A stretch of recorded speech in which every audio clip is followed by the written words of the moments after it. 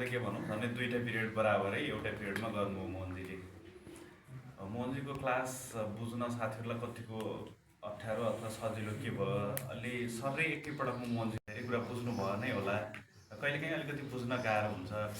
साथीहरूले अलिकति यो प्रशिक्षणको विषयमा पनि अलि साथीहरूको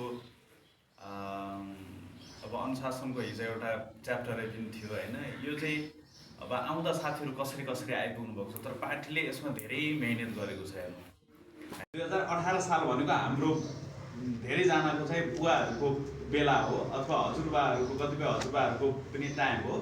त्यो टाइममा मोहन विक्रम सिंहले के भन्नुभयो भने यो देशमा संविधान सभाको निर्वाचन चाहिन्छ भनेर भन्नुभयो के।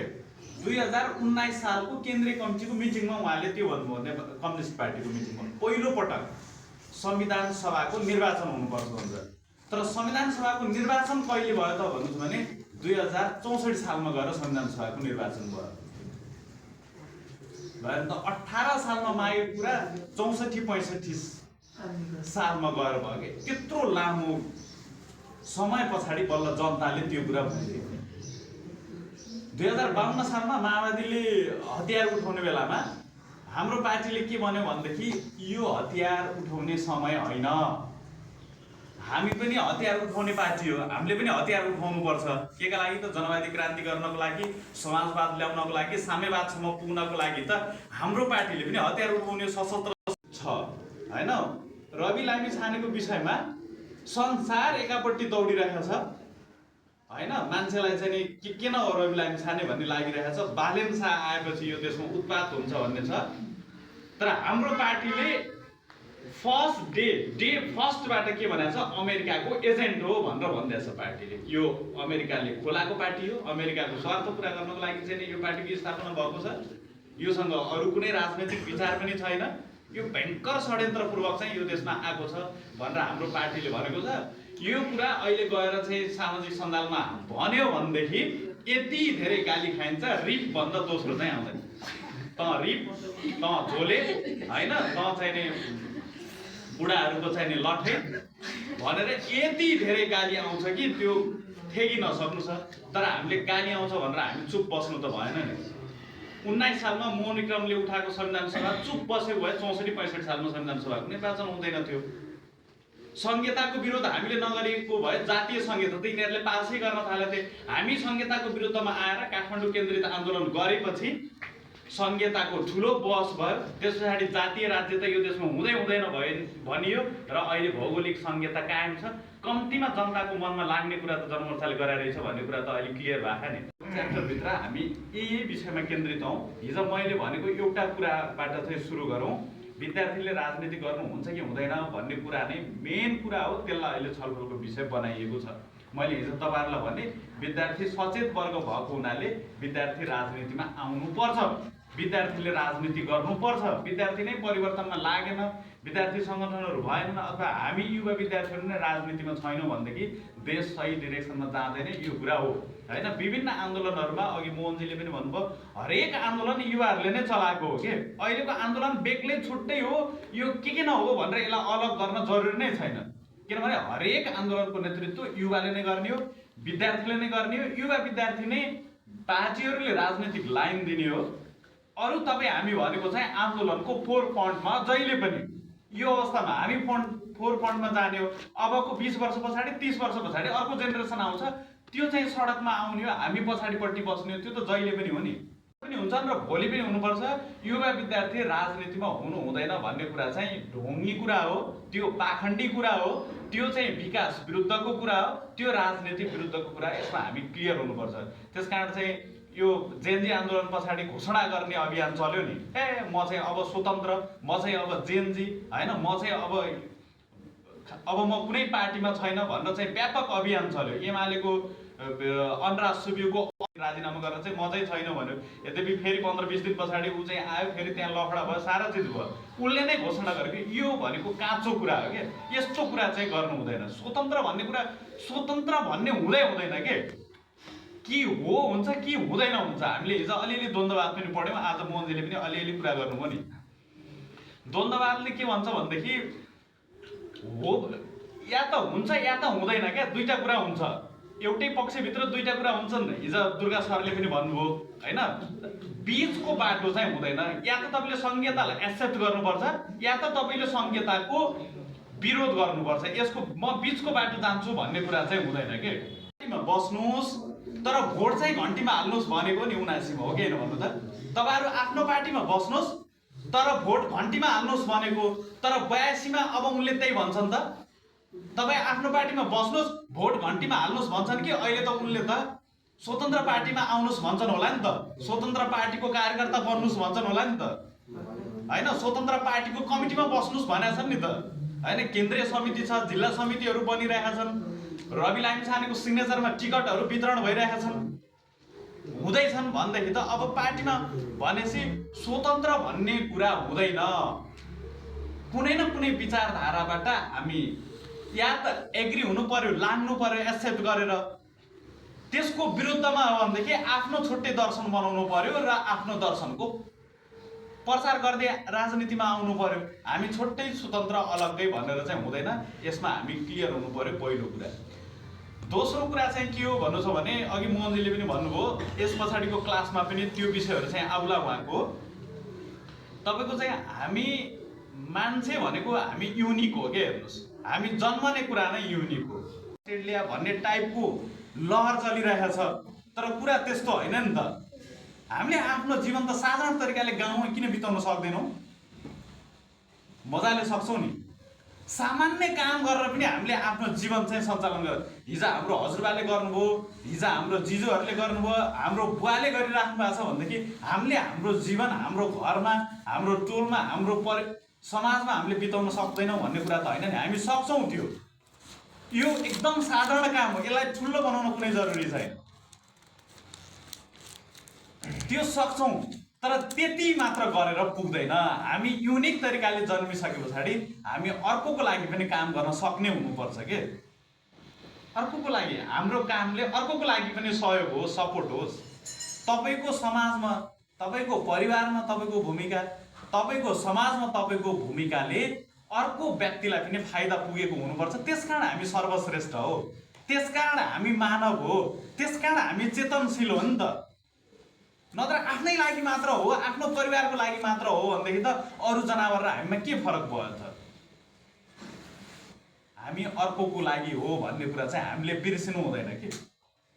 त्यसकारण हामी सोसियल हुनु पर्यो, पोलिटिकल हुनु पर्यो, राजनैतिक संसारका सबै मान्छेको लागि काम गर्न सक्ने विचारमा कम्तीमा पनि आउनु पर्यो के हामी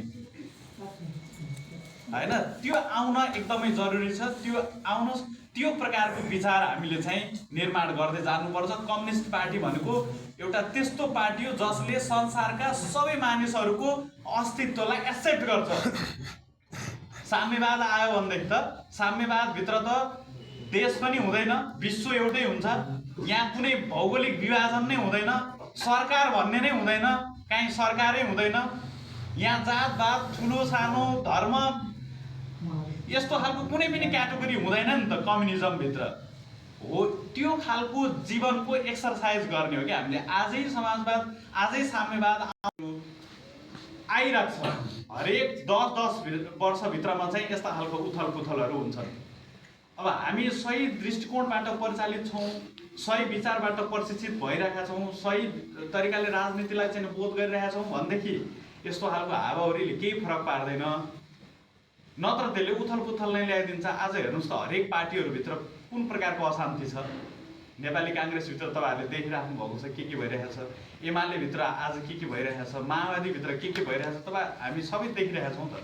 तर मसालभित्र जेनजी पछाडि त्यो खालको स्थिति किन उत्पन्न भइरहेको छैन त? किन हामी एउटा विचारबाट हामी क्लियर छौँ नि त। हामी क्लियर थियौँ। हाम्रो चित्रबहादुर केसीले त बारम्बार सदनभित्र भनिरहनु भएको थियो, यदि तपाईँहरू सच्चिनुहुन्न भने, नेपालका पार्टीहरू सुध्रिँदैनन् भने बङ्गलादेशको जस्तो स्थिति हाम्रो देशमा आउँछ भनेर त 2 महिना अगाडि चित्रबहादुर केसीले संसदबाट भनिदिनु भएको थियो। हामी भनेका थियौँ त्यो कुरा। हामी किन भनेका थियौँ त भनेपछि राजनैतिक पार्टीहरूको विचार गरेर हामीले त्यो कुरा भनेका थियौँ। आखिर त्यो कुरा भयो। त्यसकारण हामी प्रिपेयर थियौँ, हामी क्लियर थियौँ। त्यसकारण हाम्रो पार्टीमा त्यसले केही फरक खोजेको कुरा साँचो हो के। नेपाली काङ्ग्रेसले भ्रष्टाचार गरेको, एमाले भ्रष्टाचार गरेको, माओवादीले भ्रष्टाचार गरेको, तिनीहरू करप्टेड भएको, तिनीहरूको केन्द्रीय तहदेखि स्थानीय तहको कार्यकर्तासम्म चाहिँ लाखौँ करोडौँको कारोबारहरूमा संलग्न भएको कुरा त साँचो कुरा हो। यसले जनता रिसेको, जनतामा असन्तुष्टि बढेको, जनता तिनीहरूबाट निराश भएको कुरा साँचो हो। यसको विकल्प जरुरी छ, विकल्प एकदमै चाहिएको। तर विकल्प कस्तो चाहिएको भने भ्रष्टाचार नगर्ने पार्टी चाहिएको हो के, भ्रष्टाचार नगर्ने नेतृत्व चाहिएको, राष्ट्रघात नगर्ने, गद्दारी नगर्ने पार्टी चाहिएको। त्यस्तो खालको विकल्प जनतालाई चाहिएको। अनि त्यो विकल्प, सही विकल्प छनौट गर्न सक्नु पर्यो। जनतालाई चाहिएको कुरा त्यो। अब के सही विकल्प छनौट हुँदैछ त? ताप्केमा माछा राखेपछि ताप्के तातो भयो भनेर माछा उफ्रिन्छ अरे क्या ताप्केबाट। अनि उफ्रेर कहाँ पर्छ? आगोमा पर्छ भने जस्तो। ताप्के त तातो मात्र थियो, त्यसले तताउँथ्यो मात्र। अब त्यहाँबाट उफ्रेपछि कहाँ पुग्यो त? भुङ्रोमा पर्यो। अब भुङ्रोले त के गर्छ? माछाको सत्यानाश बनाउँछ भने जस्तो।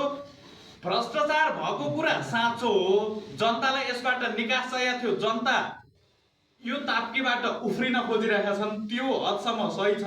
त्यो तातोबाट त माछा बच्न पर्थ्यो, उफ्रिँदैछ। उफ्रेर बाहिर जमिनमा गए त्यो बच्थ्यो। जनता पनि यो चाहिँ पार्टीहरूबाट उफ्रेर सही पार्टीमा पुगे, सही विचारलाई समर्थन गरे भने देशले निकास पाउँछ, सही पार्टी आउँछ, सही नेतृत्व हुन्छ, सही हो। तर योबाट उफ्रेर आगोमा खस्ने सम्भावना हुँदैछ के, आगोमा जाँदैछौँ हामी। यसबाट बच्न जरुरी छ। यो बचाउने कसले त हो भनेदेखि अब हामी चाहिँ लाग्नु परेको छ यो विषयमा कुरा। हामी 4-5 सिट जित्ने पार्टी हौँ, जताकतै जित्यौँ भने एकछिनलाई मानौँ प्युठान हामीले जित्ने हो सजिलरी, अर्घाखाँची जित्ने हो, बागलुङ जित्ने हो, दाङमा हाम्रो ठुलो मत छ। अब बाँकी त्यो बाहेक जिल्लामा हामी सानो सानो सङ्गठनमा छौँ हामी, होइन? रूपन्देही, अर्घाखाँची, पाल्पा, गुल्मी, कतै पालिका जित्या होला, कतै वाडामा हामी समावेश हौँला। त्यहाँको संसदै जित्ने गरी हाम्रो शक्ति छैन। यो देशमा प्रतिस्पर्धा रासपाको कोसँग हो? काङ्ग्रेस एमाले माओवादीहरूसँग उनीहरूको प्रतिस्पर्धा हो। तर हामीले अमेरिकाको एजेन्ट हो भनेर खुलेर भनिसक्यौँ। 24 गतिको घटनामा अमेरिकी एजेन्टहरूको चाहिँ सहभागिता छ भनेर हामी भन्यौँ। उनीहरू त अहिले पनि बोल्दैनन्। बोल्छन् त?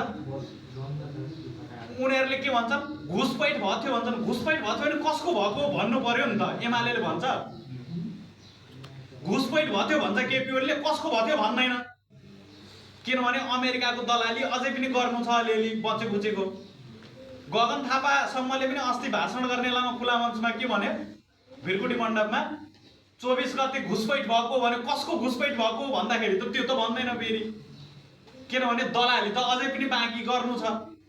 देउबालाई घरमै गएर अमेरिका लाएर कुटपिट भयो। अमेरिकाले मच्चाको आन्दोलनले कुटपिट गरेपछि त अमेरिकैले घरमा गएर कुट्यो। अहिले पनि अमेरिकाले कुटेको त उसले भन्दैन अहिले पनि, किनभने अझै पनि दलाली गर्न बाँकी छ। उनीहरू चाहिँ नबोल्ने, हामी चाहिँ बोल्ने किन भएको छ ल भन्नु त? हामी किन बोलिरहेका छौँ? हामीलाई स्वार्थ छैन के, यो कुरामा चाहिँ क्लियर हुनुपर्छ। अरू पार्टीले रासपाको विरोध गर्ने कुरा आफ्नो सत्ता गुम्छ भनेर हो। सत्ता खोसिँदैछ नि त, सिट खोसिँदैछ, संसद खोसिँदैछ, मन्त्री खोसिँदैछ। हामीले त हाम्रो सत्ता खोसिँदैछ भनेर होइन नि त। हामीलाई एक सिट नजिते पनि के फरक पर्छ भन्नु त? हामी विचारको राजनीति गर्ने हो, हामी वैचारिक पार्टी हो। हेर्नुहोस्, बारबारा फाउन्डेसन होइन, लगायतका काहीँ न काहीँ अमेरिकासँग नजोडेको मान्छे अहिले मिनिस्टरमा छैन। अनि त्यो बारबारा फाउन्डेसन भनेकै के हो? बारबारा भनेको एउटा नागरिक, सामान्य एउटा नागरिक हो जो सिआइए को मान्छे थियो, नेपालमा आए, उनी मरिन् नेपालमै, दरबारभित्र बसेर नेपालको सूचना बाहिर बेच्ने मान्छे हुन् उनी मरिन्, सक्यो त कुरा। उनको नाममा फाउन्डेसन किन चाहिन्छ? कुनै एउटा टुरिस्ट नेपाल आयो मर्यो क्या, त्यसको नाममा फाउन्डेसन किन चाहिन्छ? अनि त्यसमा सुन्दुक रोगी जस्ता डक्टरहरू किन बस्नुपर्छ? हामीले भगवान मानेको डक्टर, आँखाको चाहिँ साउथ एसियामै टप मोस्ट डक्टर, वर्ल्डकै टप डक्टर हो आँखाको, उसलाई हामीले भगवान मानेको, ऊ बारबारा फाउन्डेसनको अध्यक्ष बनिदिन्छ। उसलाई के जरुरी छ क्या त्यो फाउन्डेसनको अध्यक्ष हुन? किन त्यस्तै मान्छेहरू, परिचित मान्छेहरू प्रयोग गरिदिन्छ अमेरिकाले। म्याग्सेसे पुरस्कार दियो क्या त्यो हाम्रो अहिले शिक्षा मन्त्री छ नि त्यो महाविपुल त्यस्ता म्याग्सेसे हाम्रा टोलमा छन् त्यो बोलेको हेर्नु त त्यो के बोल्छ त्यो काहीँ लजिक छ मैले 33 वर्ष भयो अहिलेसम्म किताब पढाएको छैन भन्छ के 33 वर्षसम्म कुनै किताब नपढेको मान्छे कसरी शिक्षा मन्त्री हुन्छ भने अनि त्यो मान्छे पपुलर छ के कसरी पपुलर हुन्छ ल भन्नु त छ नि त उचाल्ने मान्छेहरू छन् संरक्षण गर्ने मान्छेहरू छन् त्यसैलाई पुरस्कार दिन्छ प्रोजेक्ट गरिन्छ के ठुलो बनाइयो अनि त्यसलाई पपेट बनायो अनि त्यसलाई सपोर्ट गर्यो बङ्गलादेशमा पार्टीहरू ध्वस्त बनाएर त्यहाँ प्रधानमन्त्री बनाएको छ युसुफ भन्ने उनलाई नोबेल पुरस्कार दिएको पहिले नोबेल पुरस्कार दियो त्यो देशमा चिनायो योभन्दा ठुलो मान्छे अर्को छैन भन्ने बनायो अनि त्यहाँको सत्ता प्लट गरिदियो अनि उनलाई चाहिँ त्यहाँको प्राइम मिनिस्टर बनायो अहिले बङ्गलादेश ध्वस्त छ एउटा पार्टीले अर्को पार्टीलाई देख्यो भने सार्वजनिक स्थानमा गोली ठोक्छन् अहिले त्यहाँ मान्छे हिन्दू जिउँदै चाहिँ दिउँसै रुखमा लगेर झुन्डाएर मारिरहेका छन् बङ्गलादेशको स्थिति सेम अहिले नेपालमा जे भइरहेछ अस्थिरता ठ्याक्कै त्यही हो काङ्ग्रेस आफ्नो स्वादले फुट्या हो र आफ्नो स्वादले फुटालेको काङ्ग्रेस पार्टीभित्र छिराएको बङ्गलादेशमा ठ्याक्कै यही गरिरहेका छ सेम बङ्गलादेशसँग युक्रेनमा जेलेन्स्की आफ्नो देश ध्वस्त भइसक्यो त्यो जेलेन्स्कीलाई प्रोजेक्ट गरेकै अमेरिकाले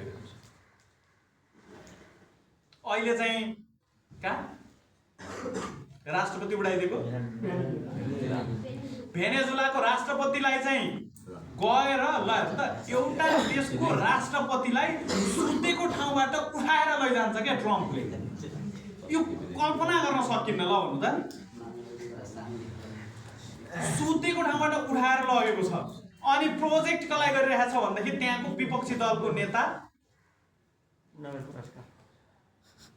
दलको नेतालाई प्रोजेक्ट गरिरहेको छ उनलाई पनि शान्ति पुरस्कार दिएर रहेछ पहिला नोबेल शान्ति पुरस्कार उनलाई प्रोजेक्ट गरिरहेको छ अनि आफैलाई कार्यकारी राष्ट्रपति घोषणा गरेको छ नेतृत्व उनलाई दिन खोजिरहेको छ अनि उनले अर्को नौटङ्की के गरे त आफूले पाएको नोबेल प्राइज चाहिँ लगेर फेरि ट्रम्पलाई फिर्ता गरे उनले अस्ति आफ्नो देशको राष्ट्रपतिलाई उनले चाहिँ चिलले चल्ला उडा जस्तो उडाएर लगिदिएछ अनि त्यसलाई शान्तिको पुरस्कार दिन्छ उनले चाहिँ अनि यस्तो कुराहरू चाहिँ तपाईहरुले यसमा डिपली पनि हैन तपाईहरुले छिपछिपे तरिकाले सोच्नु हो भने पनि कुरा चाहिँ कहीँ न कहीँ आउँछ के नेपालको सन्दर्भमा पनि ठ्याक्कै त्यही हो जेनजीले उठाएको मुद्दा सही थियो सही कुरा उठाएर गएको हो यो कुरा साँचो हो क्या हामीले पनि समर्थन गरेको 22 गतेको साँझको टिकटक भिडियो हेर्नु होला मैले जेनजी मुभमेन्टलाई समर्थन गरेको छु मैले भनेको हाम्रो संगठन भनेको हाम्रो पार्टीले समर्थन गरेछ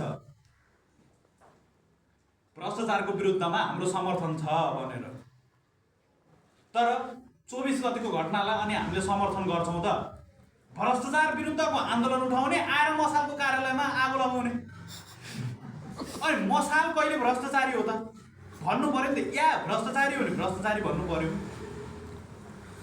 हैन भने हाम्रो अफिसमा आगो किन लगाउने त्यो त षड्यन्त्र हो यत्रो हामीले अमेरिकाको विरोध गर्छौं पाए त गोली नै ठोक्छन् नि यिनीहरूले हामीबाट त्यति ठुलो खतरा नदेखेर हैन यी सानसानो पार्टीका सानसानो मान्छे छन् त्यसकारण केही फरक पर्दैन भन्नु नत्र हामीलाई यिनीहरूले उडाइदिन्छन् यही तरिकाले कुरा गर्ने कांग्रेस एमाले किन भन्दैनन् त त्यत्रो खतरा हुँदै पनि किन भन्दैनन् खतरा छ नि त भोलि त टपकाइदिन्छ उता भेनेजुलामा टपका जस्तो त्यसकारण उनीहरू चाहिँ अलिअलि छ भनिरहेका छन् तर हामी चाहिँ क्लियर रूपमै आइरहेका छौं हामी आउँछौं हैन त्यसले गर्दाखेरि चाहिँ अलि डिपली नै हामीले बुझ्नुपर्छ हेर्नु हावाको पछाडी कुद्ने हैन कुद्न सजिलो हुन्छ संघीयता भनेर सबै विकास गर्नको लागि संघीयता भने हो नि त सबैले भनेको हो नि त त्यही पछाडी मसाल लाग्या भइहाल्थ्यो नि लागेन मसाल आज सत्य हुँदैछ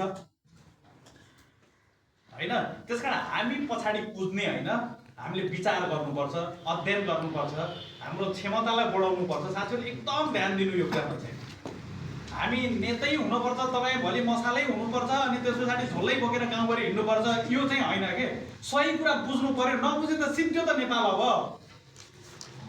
खोजेकै के हो एमसीसी पास नगरेका कारणले कांग्रेस र माओवादी एमालेलाई देखाइदिएको त हो नि अहिलेको जेनजी मोभमेन्ट पछि त्यही देखाइदिएको कांग्रेस त अब हेर्नु न कांग्रेस फुटाल्दैछ फाइदा कसलाई हुन्छ फाइदा रासपाले हुन्छ एमाले विभाजन गर्नको लागि पनि भयङ्कर ठुलो तयारी हो, सकेको छैन, अझै पनि प्रयत्नहरू भइरहेका छन्। यो त हुन्छ, यो सबै गरेर फाइदा कसलाई गराउने त? रवि लामिछानेलाई गराउने हो। प्राइम मिनिस्टर त रवि लामिछाने बालेनलाई त अब पपेट बनाइदिन्छन्। हेर्नुहोस्, अब झापाबाट उठ्न लगाइयो, त्यहीँ जित्न गाह्रो छ। गाह्रो त हुन्छ नि, अब केपी ओलीको ठाउँ हो नि त त्यो। केपी ओली मन नपरे पनि भोट त उनले गाली गरे पनि केपी ओलीलाई त त्यहाँ त जिताउनु नै होला, लगेर भिडाइदिएको छ। अनि त्यहाँ हार्यो भने प्राइम मिनिस्टर हुन्छ त? यो पहिल्यै किन भनेको त्यो कुरा? ल भन्नु त, प्राइम मिनिस्टर भनेर किन घोषणा गरेको? उसले उम्मेदवारी घोषणा नगर्दै किन झापा भनेर उसलाई मत चाहिएको? त्यो त रवि लामिछानेहरूकै षड्यन्त्र, त्यही भित्रबाट सिद्धाउँछन् क्या यिनीहरू, होइन? त्यसकारण विषय चाहिँ एकदम खतरनाक तरिकाले आइरहेको छ। हामी एकदम सिरियसली बुझ्नुपर्ने आवश्यकता छ। तपाईँ हामीले एकदमै बुझ्नुपर्ने जरुरी छ, यो कुरा बुझ्न जरुरी छ। बुझ्नुहोस्, हेर्नुहोस्, पार्टीका वक्तव्यहरू हेर्नुहोस्, पार्टीले बनाइराखेका कार्यक्रमहरू हेर्नुहोस्, पार्टीबाट आएका साथीहरूका लेखहरू हेर्नुहोस्। आफ्नो दृष्टिकोण चाहिँ क्लियर बनाउनु के, होइन? यो देशमा छुट तिनीहरूलाई मात्र हुने हो भने होस्, केही छैन, हेरौँ, होइन? नत्र त कानुनको दायराभित्र त आउनु पर्यो नि त। यिनीहरू आउँदै नआउने हो भनेदेखि त कसरी हुन्छ, होइन? हिजो 62-63 सालमा माओवादीको विरोध गर्दा यस्तै हुन्थ्यो, यस्तै हुन्थ्यो। तपाईँहरूले कति थाहा पाउनु भएन, होइन? धेरैले थाहा पाउनु भएन, यस्तै हुन्थ्यो। 70-74 सालमा केपी बा कसले भने? अरे हामीले भने हो र केपी बा, यी मान्छेहरूले भनेको केपी बा। आज यिनीहरू नै केपी चोर देश छोड भनिरहेछ नि त। आज जसले रवि लामिछाने र बालेनहरूलाई हाई गरिरहेछ नि, यिनै मान्छेहरू विरुद्धमा चाहिँ आउँछन् क्या। त्यो कुरा चाहिँ साँचो, तर त्यति बेलासम्म धेरै ढिला भइसक्छ, धेरै ढिला भइसक्छ। किनभने अमेरिकाको स्वार्थ चाइनासँग हो, तेस्रो विश्वयुद्ध हुने एकदम सम्भावना छ। त्यो हुने भनेकै अमेरिका र चाइनाको लडाइँ हो। अहिलेका लडाइँहरू इन्डाइरेक्टली हुन्, डाइरेक्ट लडाइँ त्यसको नसा भनेको चाइना र अमेरिकासँग छ। यो दुईटा बीच लडाइँ हुने बेलामा अनि नेपाल चाहिँ जोगिन्छ। अमेरिकाले त्यसै नेपाल ताकेको हो र स्वाद छ नि त। यत्रा हिमालहरू छन् उतापट्टि, यतापट्टि यस्तो देश छ। यहाँ बसेर रणनीति बनाउनको लागि, यहाँ बसेर बम बारुद चाहिँ प्र्याक्टिस गर्नको लागि, यहाँ बसेर चाइना ठोक्नको लागि, तिब्बत मचाउनको लागि त नेपाल जतिको सुन्दर देश उनीहरूको लागि कहाँ हुन्छ र भने के? त्यही देशको खोजी गर्दै आएको नि त अमेरिका। स्वार्थ त्यही हो। एमसीसी पास गराइ छाडे, एसपीपी पास गर्न काङ्ग्रेस एमालेले नमाने भएर अमेरिकाले देखाइदिएको जेनजीबाट, होइन? अब एसपीपी चाहिँ बालेनको नेतृत्वमा, रवि लामिछानेको नेतृत्वमा, कुलमान घिसिङको नेतृत्वमा यो देशमा सरकार बनोस् न। पहिलो निर्णय के हुन्छ? एसपीपी पास हुन्छ। त्यस पछाडि के हुन्छ हेर्दै जाउँला नि त के हुन्छ। त्यसकारण धेरै नै खतरनाक स्थिति सिर्जना हुँदैछ। हामीले एकदमै बुझ्न जरुरी छ। बुझ्नुहोस्, बुझौँ, यो चुनावमा पनि हामी लागौँ। अब हामी यहाँ चाहिँ अलि कार्यकर्तै लेभलका, अलि चाहिँ जिल्ला तहका नेतृत्व अथवा अलिकति रुचि राख्ने साथीहरू नै तपाईँहरू आउनुभएको छ। अब यो हामीले चाहिँ मोटामोटी माघको प्युठान जिल्लामा चाहिँ अभियान हुँदैछ। अब 1-1.5 हप्ता 2 हप्ता हामी कति गर्न सक्छौँ? तपाईँहरू सम्भव भएको साथीहरू त्यहाँ आउनु पर्यो। 1 हप्ता लागौँ त्यहाँ, त्यसले हाम्रो क्षमताको पनि विकास होला, तपाईँहरूको नेतृत्वको पनि विकास हुन्छ, केही कुराहरू सिक्ने अवसर पनि हुन्छ। नयाँ ठाउँमा जाने कुरा आफैमा धेरै कुराहरू सिकाइ हुन्छ, होइन? त्यहाँ खाने बस्ने व्यवस्था त्यहाँको पार्टीले गर्छ, त्यहाँ हामी म्यानेजमेन्टमा हुन्छौँ, हामीले गर्छौँ। तपाईँहरू त्यहाँ पनि आउनुहोस्, अनि त्यस पछाडि निर्वाचनमा पनि लागौँ, होइन? अब यति कुरा गर्दै एउटा काम चाहिँ तपाईँहरूले गरिहाल्नुहोस्। फेसबुक चलाउनुहुन्छ, युग दर्शन भन्ने पेज छ, त्यो हाम्रो पार्टीको प्रकाशन हो, त्यसलाई लाइक गर्नुहोस्। त्यहाँ आउने लेखहरू पढ्नुहोस्, सेयर गर्नुहोस्, आइरह हुन्छ, होइन? युट्युबमा युग दर्शन युट्युब छ, त्यसलाई लाइक गर्नुहोस्। अनि एकजना साथीले अब कसले बनाउने, एउटा पेज बनाऊ अथवा ग्रुप बनाऊ हाम्रो, यो कम्तीमा यो प्रशिक्षणमा आएका साथीहरूको, होइन? अनि तपाईँहरूले पनि चित्रबहादुरहरू बोलेको, मोनिकमहरूको बोलेको भिडियोहरू सेयर गर्नु पर्यो, लेख्नु पर्यो काहीँ न काहीँ, होइन? अब हावामा बग्ने चाहिँ होइन क्या, भावनामा चाहिँ गर्ने होइन राजनीति। बगेर नयाँ भन्नु, नयाँ त चाहियो, विचारमा नयाँ चाहियो क्या। हामीलाई नयाँ मान्छे चाहिएको होइन नि त, विचारमा नयाँ मान्छे चाहियो। 92 वर्षको मोनिकमले पनि सही विचारको कुरा गर्छ भनेदेखि हि इज ओके भन्नु पर्यो के। 92 वर्षको बुढो तिमी चाहिँ बाहिर बस भनेर ढोका लाएर भित्र हामी बस्ने हो त? नयाँ मान्छे छ, विचार चाहिँ गए गुज्रेको बोकेर हिँडेको छ भनेदेखि त बुढो त्यो हो नि त। राजनीतिले त्यस्तो कुरा खोज्छ के। राजनीतिले विचार नयाँ खोज्छ, राजनीतिले नयाँ काम खोज्छ, नयाँ काम, नयाँ विचार, नयाँ दृष्टिकोण। त्यही नै नयाँ नेतृत्व हो नि त। पार्टी 70 वर्ष भयो पार्टी खोलेको भनेर अनि त्यस पछाडि त्यो पार्टी पुरानो भन्ने हुन्छ र? 70 वर्षको विचार बोकेर त हिँड्या हुँदैन नि त। त्यसले त छलफल गर्छ, नयाँ विषय, नयाँ दृष्टिकोणहरू ल्याइराख्छ नि त। काङ्ग्रेस हिजो 7 सालमा खोल्नेलाई त त्यसले राजा मान्थ्यो, 64 मा आउनेलाई त राजाको विरुद्धमा गणतन्त्रको लागि लड्यो नि त, होइन? त्यो त समयले परिवर्तन हुँदै आउँछ। हामीले पनि त्यस्ता खालको अपग्रेडहरू गरिरहेका हुन्छौँ भनेदेखि नयाँ भनेर विचार नयाँ खोज्नु पर्यो के। विकल्प भनेर नयाँ बेग्लै विकल्प चाहिँ आउँदैन, दृष्टिकोण सहितको विकल्प चाहियो। त्यो भनेको मसालसँग छ, त्यो भनेको जनमोर्चासँग छ। यसमा मान्छे थोरै छन् त्यस कारण यो पार्टी पुरानो हो भन्नु त भएन नि त। यसले एउटा सिट दिँदैन त्यस कारण यसको पछाडि लाग्नु हुँदैन त भन्नु भएन नि त। त्यस कारण यो देशको विकास त त्यतिन्जेलसम्म हुन्न जतिन्जेलसम्म मान्छेले मसाललाई भोट हाल्दैनन्। मसाललाई भोट हाल्नु अनि चेन्ज हुन्छ के। जिताउने एउटा सिट प्युठानमा मात्र, एउटा सिट बागलुङमा मात्र, अनि यो देश परिवर्तन गर्न सक्छ त मसालले? सकेको गर्छ नि त, सकेको बोल्छ नि त। सदनमा गएर नडराइकन को बोल्छ? चित्रबहादुर बोल्छन् नि। नडराई भाषण चाहिँ हामीले ठोक्छौँ नि त अमेरिकाको विरुद्धमा। हामीलाई भोट दिनु पर्यो, हामीलाई जिताउनु पर्यो, हामीलाई शक्ति दिनु पर्यो, हाम्रो राजनीति बुझ्नु पर्यो। संहिताको विरोध गर्न लागेको 18 वर्ष भयो, मसाललाई एउटा भोट दिनु पर्दैन? भ्रष्टाचार के कारणले? संहिताको कारणले त हो नि भ्रष्टाचार भएको। संहिता खारेज गर्नु पर्दैन? अनि खारेज गर्नु भनेर आएको पार्टी चाहिँ को हो? मसाल होइन, जनमोर्चा होइन। अनि खै त जनमोर्चालाई भोट हाल्यो? भोट चाहिँ नहाल्ने अनि ठेक्का चाहिँ मसालको हो र? हुन्न नि त। जनता सुध्रिनु पर्यो के। जनताको दिमागमा पनि बत्ती बोल्नु पर्यो। हामीले गर्ने गरेकै छौँ, हामीले सक्ने गरेकै छौँ, होइन? त्यस कारण यो कुरा हामीले जनतालाई भन्नुपर्ने छ, भनौँ, होइन? त्यही गर्नको लागि चाहिँ हामी यो प्रशिक्षण गरेको हो, होइन? साथीहरूले यो कुरा बुझ्नुपर्छ। अब यस पछाडि चाहिँ